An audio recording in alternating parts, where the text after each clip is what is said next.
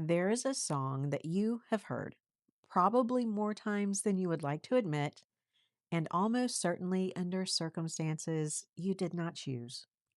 It's been heard over 1.7 billion times on YouTube alone.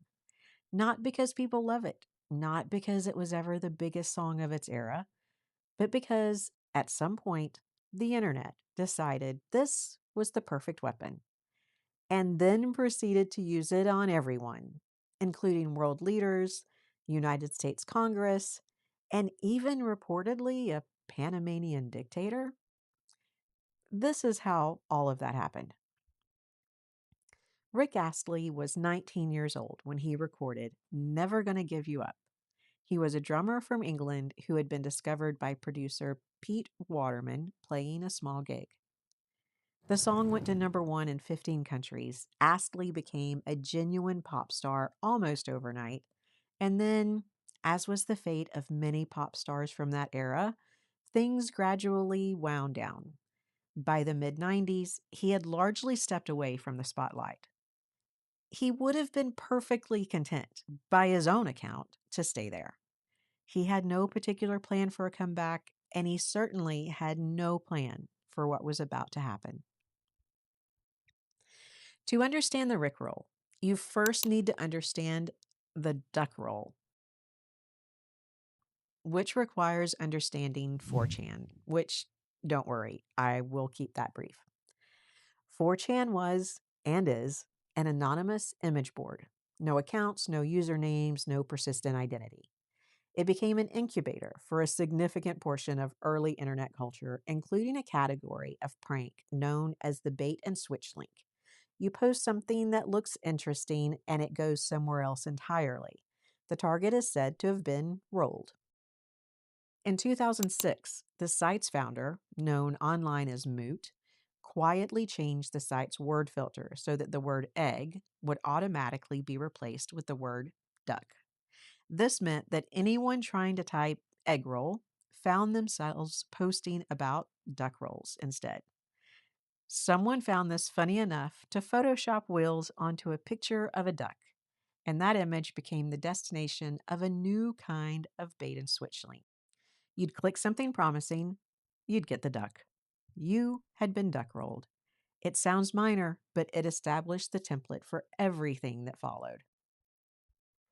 Now we get to the specific day this started, May 15th, 2007. Grand Theft Auto 4 was one of the most anticipated games of that era. Rockstar had released the very first trailer in March of 2007. The traffic was so heavy that it crashed their website. Gamers on 4chan were desperate to find mirrors, which are alternate places to watch it.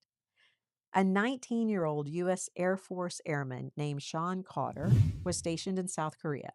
He frequented 4chan's video game board. He had recently been browsing a list of the biggest songs from the year he was born, 1987, and the first one on the list was Never Gonna Give You Up. He uploaded the music video to YouTube under the title Rickrolled, posted the link on 4chan claiming it was the GTA 4 trailer, and waited. 20,000 people were Rickrolled in the first day alone. By the end of the week, it was 250,000. His video hit number one most viewed on YouTube for that week.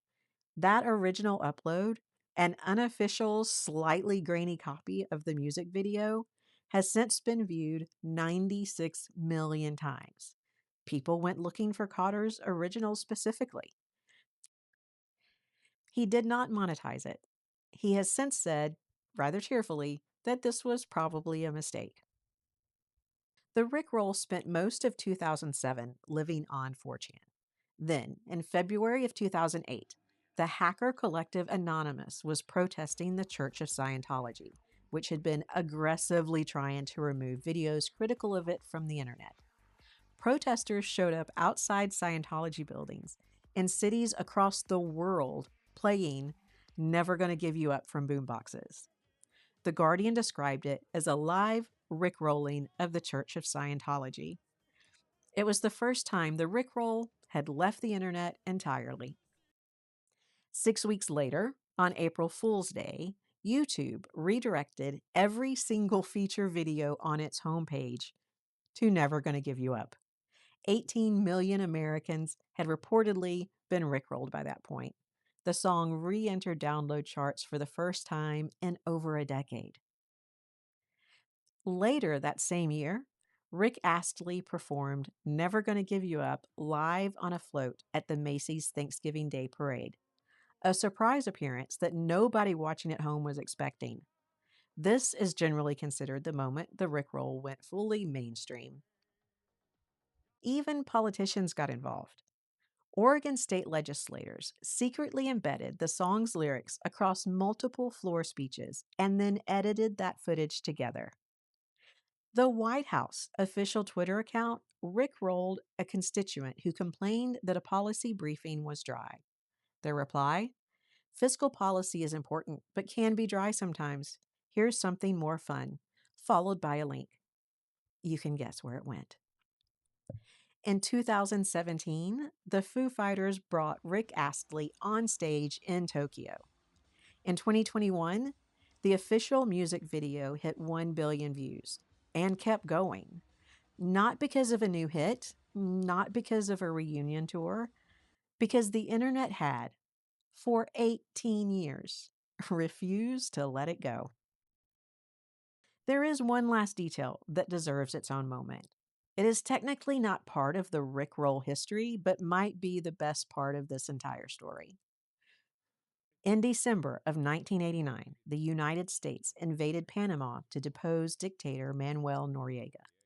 Noriega took refuge inside the Vatican's diplomatic mission in Panama City, knowing that American forces were unlikely to storm Vatican grounds. The U.S. military's response, and this is somehow true, was to surround the building and blast rock music at high volume. Partly as psychological pressure, partly because Noriega was known to despise rock music. One of the songs they played was Never Gonna Give You Up.